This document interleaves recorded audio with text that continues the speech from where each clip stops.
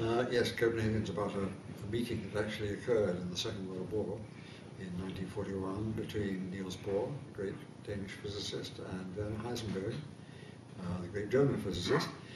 The two men were old friends, and they've been very close collaborators in the 1920s, working on the introduction of quantum mechanics. And Heisenberg had made a great effort to come to Copenhagen in 1941 in the face of great difficulties, because he plainly wanted to say something important to Niels Bohr. But there was a problem. Germany was at war and had defeated Denmark and occupied Denmark, and it was very embarrassing for Niels Bohr to receive a German, even a very old friend like Heisenberg. But Heisenberg wanted to say something important. So the first question is, what was it he actually said? The second question is, why did he seek the meeting? What was his motivation in going to Copenhagen? And what was difficult for him to explain was that he was running a program in Germany to try and produce atomic weapons. So that's the question. Why did he go? What did he want to say? And by implication, what was his attitude to the German atomic bomb program? Was he really trying to produce a bomb? Was he not trying to produce a bomb? Well, your play, it raises many different theories about why Heisenberg went to Copenhagen in 1941. Which one do you think is the most likely?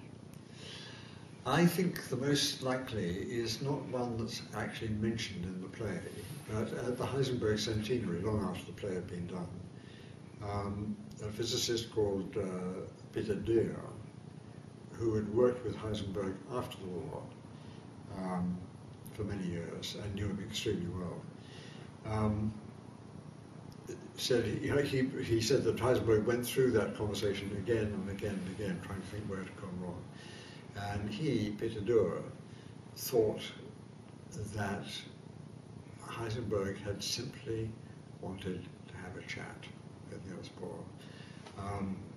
They'd been so close that he said that they could finish each other's sentences, and he thought they could just talk. He'd have a talk around the problems involved, and should one be involved in bombs or not. And he just hadn't taken in how the gulf that had opened between the two men because of the political situation.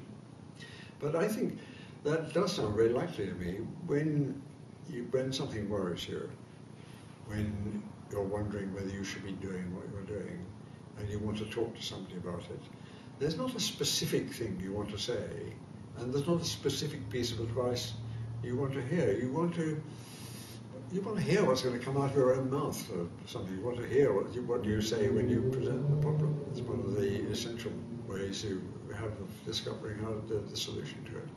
And I think that's a very probable answer. But I don't know. Yeah. There's no way of proving. Yeah. What was it that drew you to this story, essentially, then?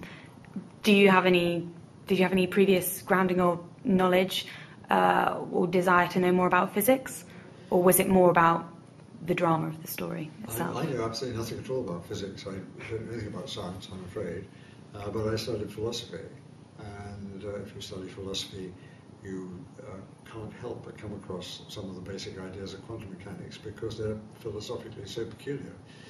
So I had some kind of layman's knowledge of what Niels Bohr and Heisenberg had been doing in the 1920s. And then I read a book by the American writer Thomas Powers, which gave an account of the meeting in 1941. And immediately I thought, well, this suggests a parallel between the uncertainty that Heisenberg introduced into the physical sciences when he said you can never know everything about the behavior of a particle. And what I think is a similar uncertainty about human motivation and thought, for completely different reasons. There's no parallel in the reasons, but what is parallel is there's a theoretical barrier to knowing everything about behavior of a particle. It's not that we need better instruments or whatever, it just is a theoretical barrier, it's impossible. And I think there is a theoretical barrier to knowing everything about human thought, human motivation. And it was seeing that the meeting could be used to make that parallel, which made me want to write the play. You mentioned in your talk earlier that you did feel that you were dealing with historical fact and a historical document. Did you personally feel that you had much freedom, and do you feel any external pressure to be more true to history than creatively you might have wanted to be? Well, as I said in the talk, I don't take a question of being true to history, because you can't go back to history. You can be true to the historical record, but the record is extremely disputed. Everyone who was involved in the meeting has different recollections of it, remembers different things about it, has different interpretations of it. I've tried to air in the play all those different interpretations and records, and then to go on to a completely fictitious discussion of it. It's plainly fictitious because all the characters are dead and gone. They come back to discuss it after they're dead and gone. But insofar as there is a record, I have tried to respect it. As I also said in the talk, because of the play, the record has now changed. In terms of sort of external influence, as you said before, you don't have any background in science. Did you feel any pressure, or afterwards did you incur any criticism because you weren't maybe within that specific group of scientists or scientific thinkers?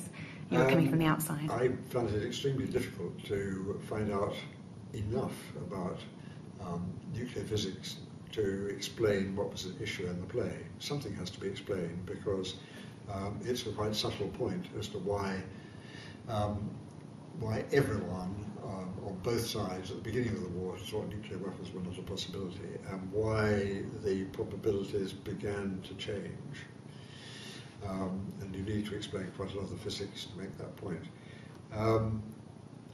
After the play was done, quite a lot of scientists wrote to me to say I got things wrong. But I was very struck by the generosity of their tone. They didn't at all say, how can some idiot like you understand science? They all said extremely friendly and polite, and said they'd be interested in the play, but they thought, if I looked at it again, I might see that I misstated something or whatever. So I made a lot of changes to meet those criticisms. But I was very, very, I think scientists must be nice people. I was very touched that they were so much more generous than a lot of lawyers or writers would be. Yeah, you mentioned a lot in the text itself about explaining everything in plain language.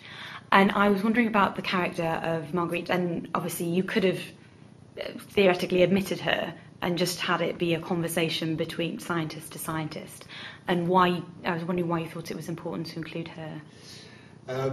If we just heard Bohr and Heisenberg talking to each other, no non-scientist would have understood a word. Probably not even a lot of scientists, because they were very close.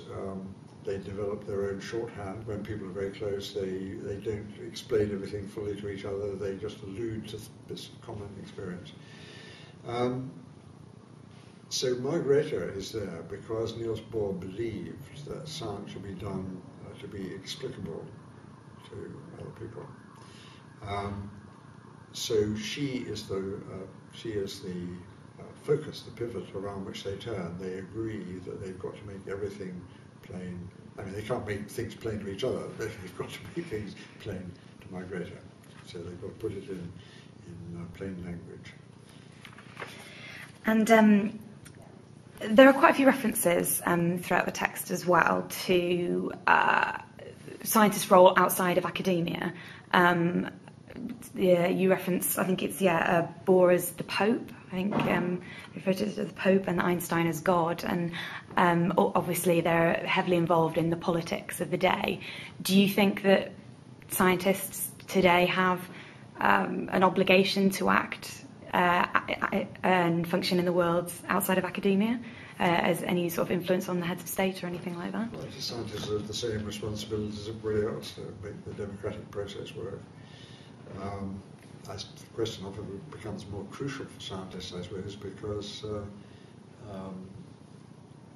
technological advances make very powerful processes possible, both for good and for ill.